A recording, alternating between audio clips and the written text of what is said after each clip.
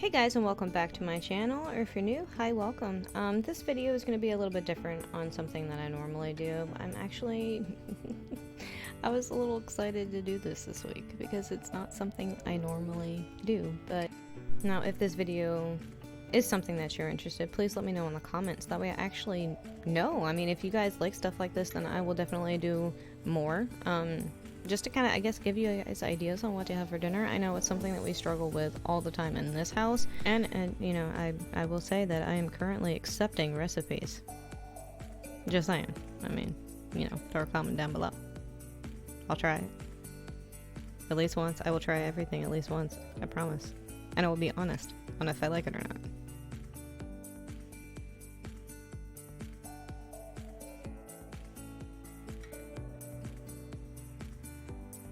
Now for the shrimp skewers, I bought 2 bags of frozen shrimp. You actually want to thaw these out in cool running water. And I went ahead and peeled them and also deveined them.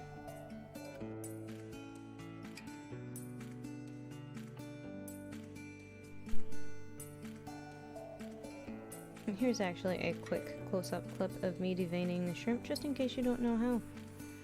I find it helpful to go ahead and devein all of the shrimp at once, and then when I'm done with that, I will run them under cold water to get all of the yuckiness out of it.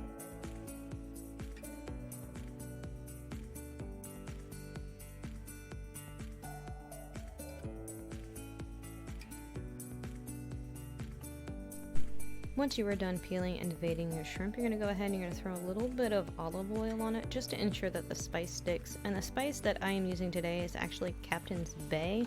I honestly only got this because the store was out of Old Bay seasoning, and this is the first time of us trying this, and I actually think this is sweeter than Old Bay, because Old Bay kind of has a slight spice to it.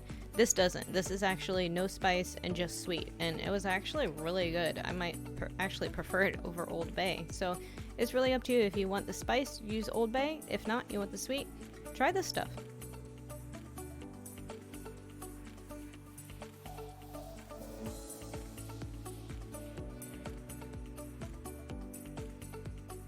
I'm gonna go ahead and prepare the cilantro lime rice in my Instapot. I've never actually made this rice in the Instapot or actually had this flavor. I usually get the yellow rice from this brand, but this is our first time trying this flavor, and actually it was really good with the shrimp. Now I'm also going to go ahead and I'm going to preheat my oven to 450 for one of the other sides. I decided that we were going to have some potatoes. My husband's not big on the vegetables that I eat, so I'm making sure that he has another side that he enjoys. Now, these are really good. They are frozen, unseasoned, so I went ahead and threw on some olive oil and my favorite Flavor God seasonings, which is everything, and garlic lovers. And then I'll toss those in the oven. A good thing to remember while you're making your sides is that shrimp does not take very long to cook, so that needs to be one of the last things that you put on. You're really just looking for it to be firm and for it to be light. I also threw on one of the asparagus, onions, and peppers frozen mix on the grill. Now this night I did kind of just lay out everything as a buffet style, so that way everybody could kind of grab what they wanted. I also did pair it with some green beans because my daughter, my oldest, is very picky on vegetables, and I also made some sourdough bread with butter.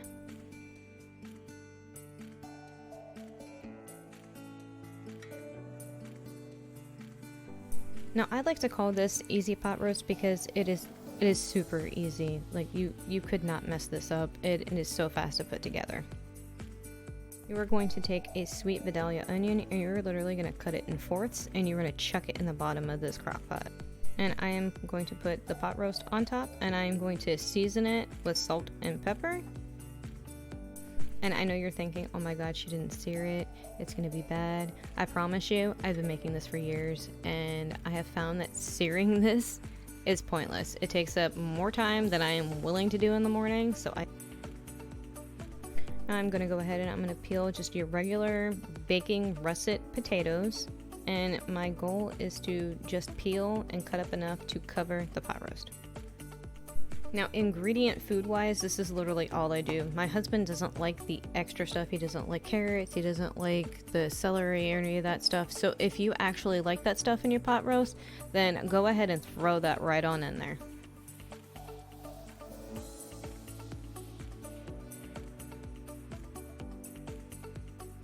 After you're done peeling your potatoes, make sure you rinse them off thoroughly and then go ahead and cut them up.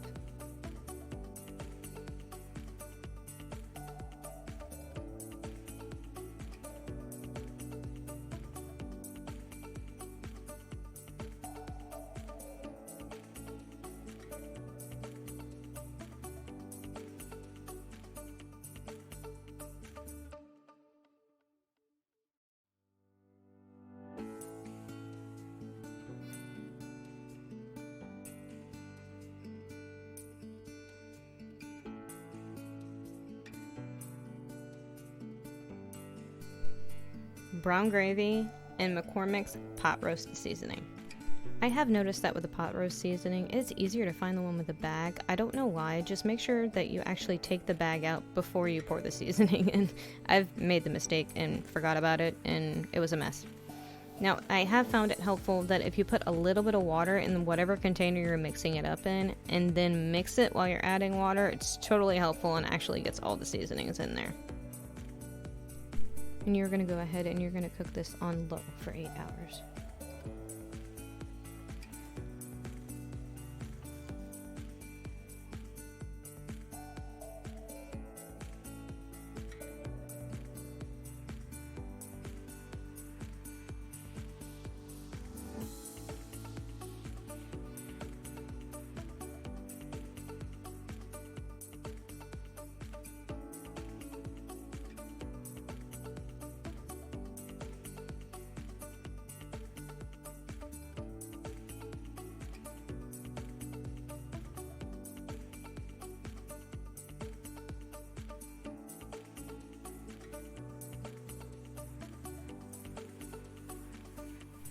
I busted out the crock pot twice this week, guys. We're making pulled pork Sammies today.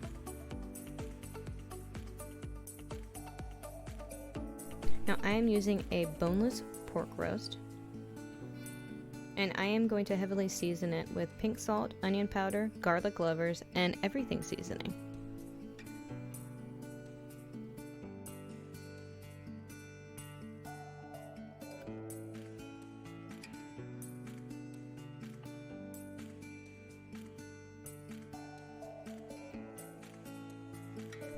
I'm going to cook this on low for 8 hours. And I know you're probably like, oh my gosh, you didn't put water or anything in it. Guys, I promise you, it's fine. This is it after 2.5 hours of cooking. More than enough fat on these babies. Now, I was lazy this day, so I made the kids some Kraft macaroni and cheese just as an easy side.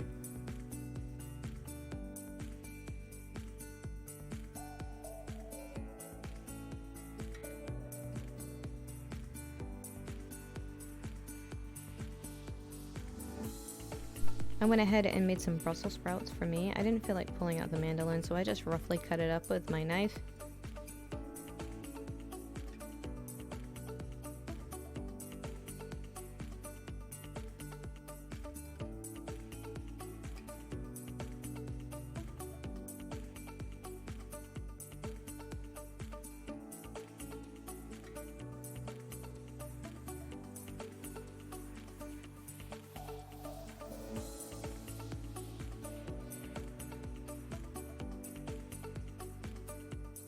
I cooked my Brussels sprouts with this garlic and herb infused oil. It was really good.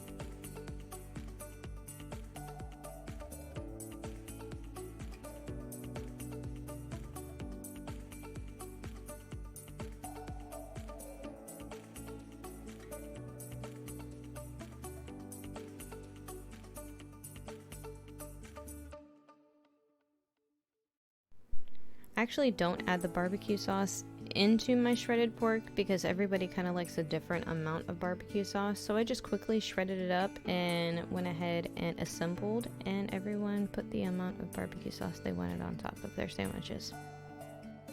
This is actually my oldest daughter's plate. She just had a sandwich with some of the regular Sweet Baby Ray's barbecue sauce, some macaroni and cheese, and some steamed broccoli. And this is my plate, guys. This is actually an Italian salad that I like to make with salami and pepperoni, and that's actually what I use for the salad dressing. And this is my main plate with the pulled pork. And I did use a sugar-free Sweet Baby Ray's, and it was actually really good. It's the first time me trying it.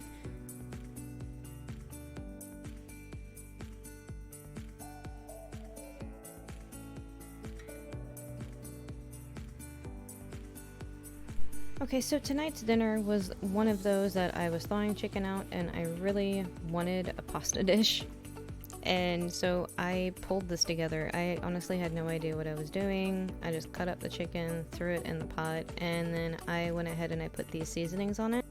So I used onion powder, Italian seasoning, garlic powder, salt, and pepper. And then I also used, I have this quote-unquote fresh garlic that I keep in my fridge. Once the chicken was mostly cooked, I went ahead and took it out of the pot and put it on a separate plate. Leaving all the juices in the pot, I went ahead and I added pasta sauce, a whole jar, into the pot, and then I filled up the jar with water. So this could be a jar and a half of water added into the pot. I stirred and combined the water and the sauce and brought it up to a rapid boil. I then added the pasta and the chicken back into the sauce.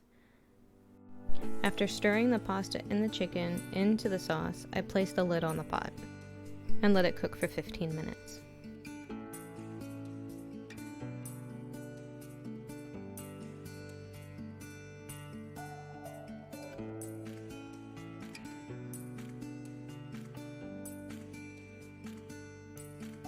This is what it looked like after 15 minutes. I rummaged through my fridge and freezer and I found this 5-cheese Italian that I have not used yet, so I went ahead and added it into the pasta. And I found this shredded Parmesan in my freezer and added that as well. Made sure to give it a good mix to incorporate all of the cheese all the way through the pasta.